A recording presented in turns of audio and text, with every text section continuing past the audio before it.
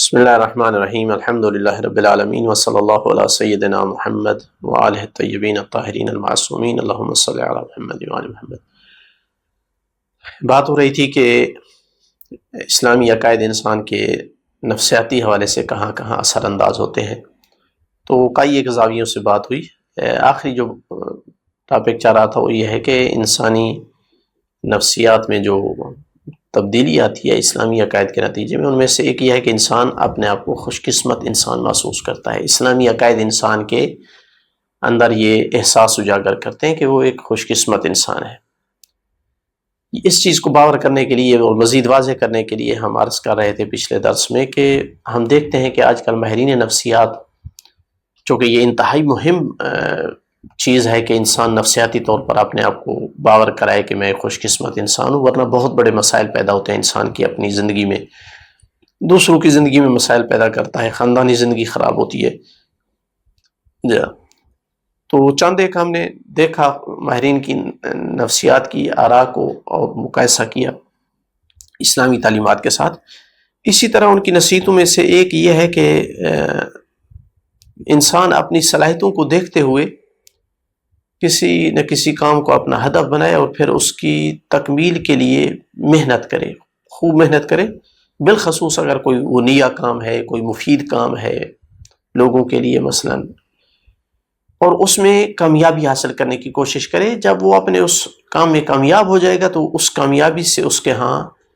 سعادت کا شعور بڑھے گا، احساس بڑھے گا۔ اب یہ ان کی نصیحت ہم دیکھتے ہیں کہ کیا اسلامی تعلیمات کے ساتھ کس حد تک منسجم ہے، تو حقیقت یہ ہے کہ یہ اسلامی تعلیمات کی بھی نصیحتوں میں سے اور تعلیمات میں سے اہم ترین تعلیمات میں سے ہے، کیونکہ متعدد بار روایات میں یہ چیز تذکرہ ہوئی ہے کہ خیر الناس سے انفع الناس، سب سے بہترین آدمی وہ ہے کہ جو لوگوں کے لیے زیادہ نفع بخش ہے، یعنی ایسے کام کرتا ہے جو لوگوں کو نفع دیتے ہیں۔ تو اسلامی تعلیمات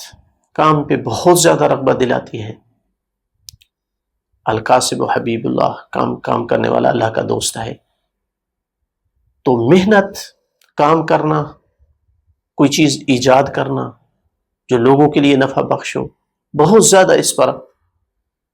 جو ہے اسلامی تعلیمات اس پر تاکید کرتی ہے۔ یہاں تک کہ کسی دور میں جب کوئی چیز کہیں پیدا ہوتی بنتی تھی اور دوسرے والے علاقوں تک پہنچانا اس کا مشکل ہوتا تھا، نہیں پہنچ پاتی تھی، تو جو آدمی اس زمانے میں تجارت کرتا کہ جاتا وہاں سے خریدتا تاکہ اپنے علاقے میں یا دوسرے ایسے علاقے میں پہنچائے جہاں یہ چیز دستیاب نہیں ہے، تاکہ ان لوگوں تک یہ چیز پہنچے، خرید سکیں۔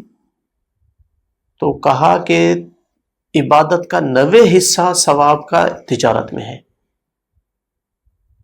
القاسب و حبیب اللہ، کمانے والا اللہ کا دوست ہے۔ کیوں؟ چونکہ اس طریقے سے چاہے وہ اپنے آپ کو فائدہ بھی پہنچا رہا ہے لیکن دوسروں کو فائدہ پہنچ رہا ہے۔ ایسا یہ کام ہے جس کے نتیجے میں دوسروں تک بھی فائدہ پہنچ رہا ہے، مفت میں نہیں کر رہا، ٹھیک ہے، لیکن پھر بھی ایک کام کر رہا ہے کہ جس کام کی لوگوں کو ضرورت ہے اور ان تک فائدہ ہو رہا ہے۔ تو کہا کہ سب سے بہترین آدمی وہ ہے جو سب سے زیادہ نفع بخش ہے لوگوں کے لیے۔ تو یہ چیز بھی اسلامی تعلیمات کے عین تقاضوں کے مطابق ہے۔ اسی طرح ماہرین کہتے ہیں کہ اگر سعادت کا شعور اپنے پاس بڑھانا ہے، یہ ان کی چھٹی نصیحت ذکر کر رہا ہوں، بڑھانا ہے، تو پھر ایک عمل یہ انجام دیں کہ جن لوگوں نے کسی طریقے سے بھی آپ سے بھلائی کی ہے یا کوئی احسان کیا ہے انہوں نے، تو انہیں شکر و امتنان کا میسج کریں، پیغام بھیجیں، ان کا شکریہ ادا کریں۔ اس سے نفسیاتی طور پر اپنے آپ کو آپ خوش قسمت انسان محسوس کریں گے۔ اب اس چیز کو دیکھیں اور ہم اسلام کی تعلیمات کی طرف ہیں،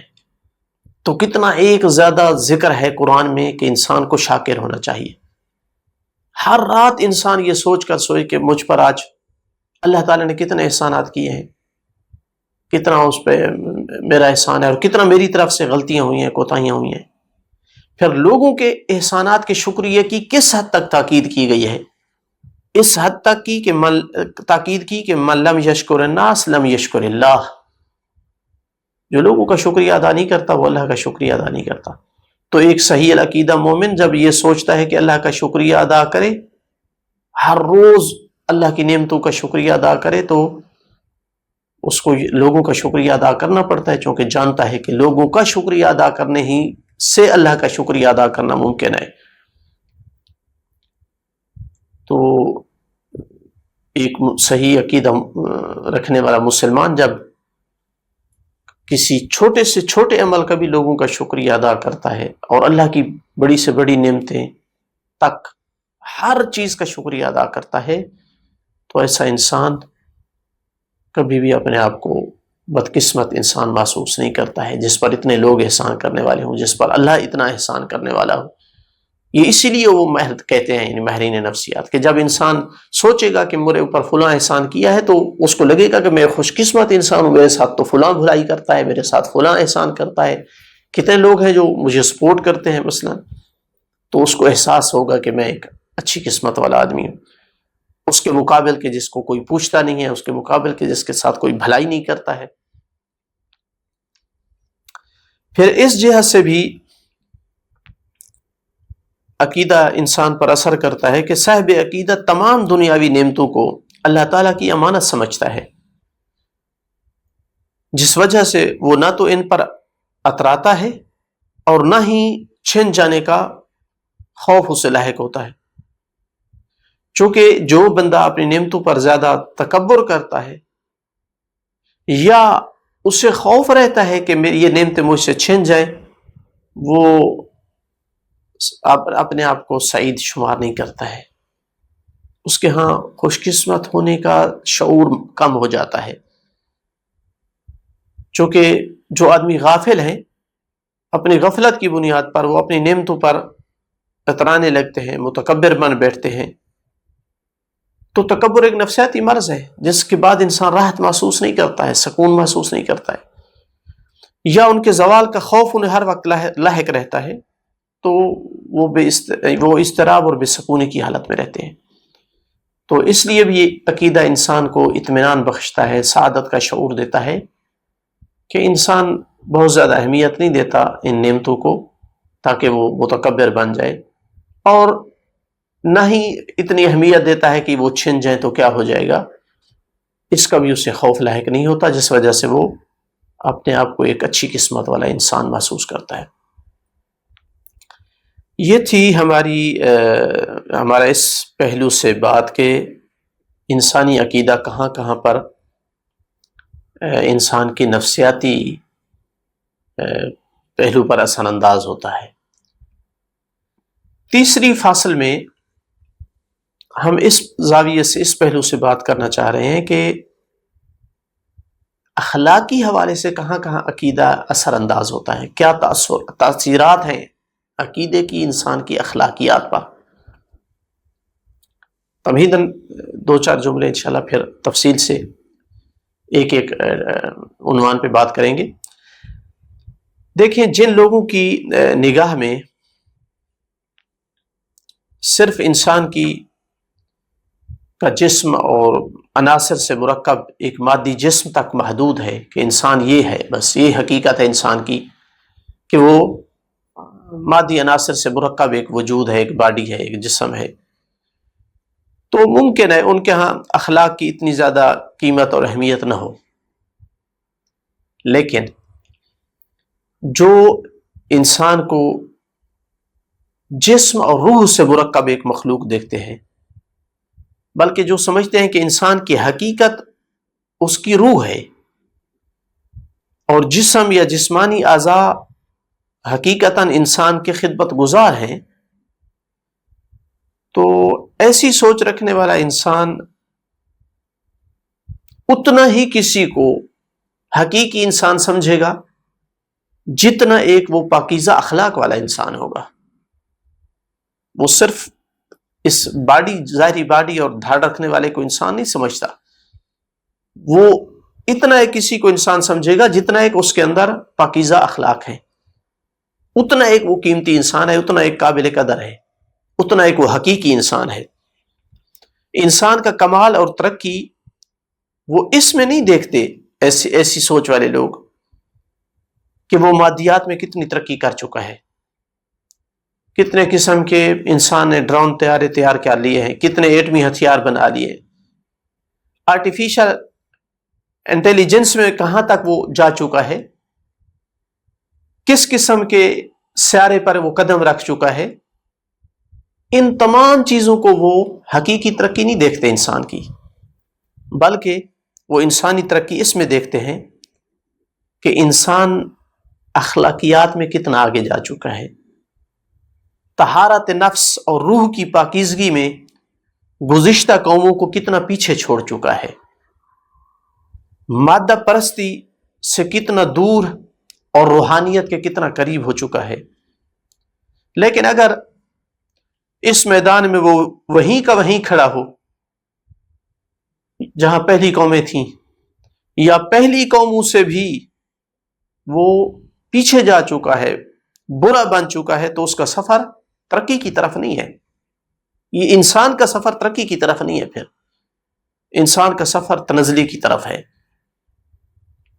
اسے ترقی تصور کرنا ایک غلط فہمی ہے، چونکہ مادہ اور مادیات تو صرف زندہ رہنے کی ضروریات تھیں، ورنہ دنیا میں انسان کے آنے کا مقصد تو اس کا روحانی سفر تھا. لہذا حقیقی ترقی اس انسان نے کی ہے، حقیقتاً وہ کامیاب ہوا ہے، ہدف کو وہ پہنچا ہے جس نے تزکیہ نفس کر لیا ہے، جس نے صفات رذیلہ، حیوانی خصلتوں اور مادیات کی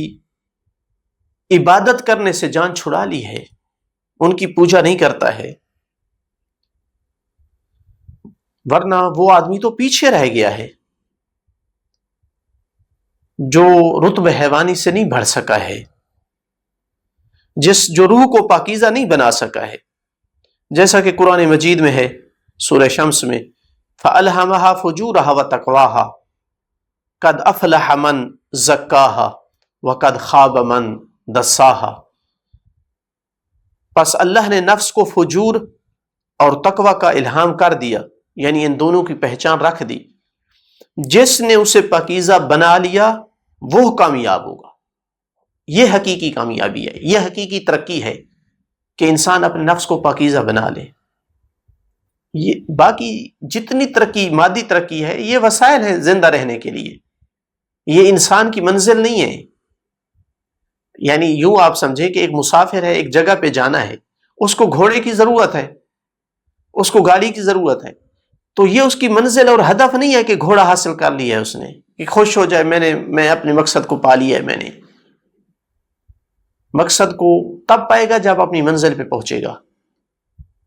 تو خالق انسان فرما رہا ہے کہ جس نے اپنے نفس کو پاکیزہ بنا لیا وہ کامیاب ہو گیا، اور جس نے اسے گندا کر دیا وہ ناکام رہا. تو لہذا ایک گھوڑے یا گدھے پہ سفر کرنے والا انسان اپنے نفس کو اس نے پاکیزہ بنا لیا تو کامیاب ہے، ترقی یافتہ ہے. لیکن ایک جہاز پہ سفر کرنے والا ایک درندہ صفت انسان ہے تو وہ ناکام ہے. جن پہلوؤں سے عقیدہ انسان پر اثر انداز ہوتا ہے ان میں سے ایک اخلاقی پہلو ہے. لہذا آنے والے دروس میں انشاءاللہ ہم چند ایک اخلاقی زاویوں سے بات کریں گے کہ کہاں کہاں پہ انسان کے اخلاقی حوالے سے عقیدہ متاثر کرتا ہے. الحمدللہ رب العالمین، وصلی اللہ علی سیدنا محمد وآلہ الطیبین الطاہرین المعصومین.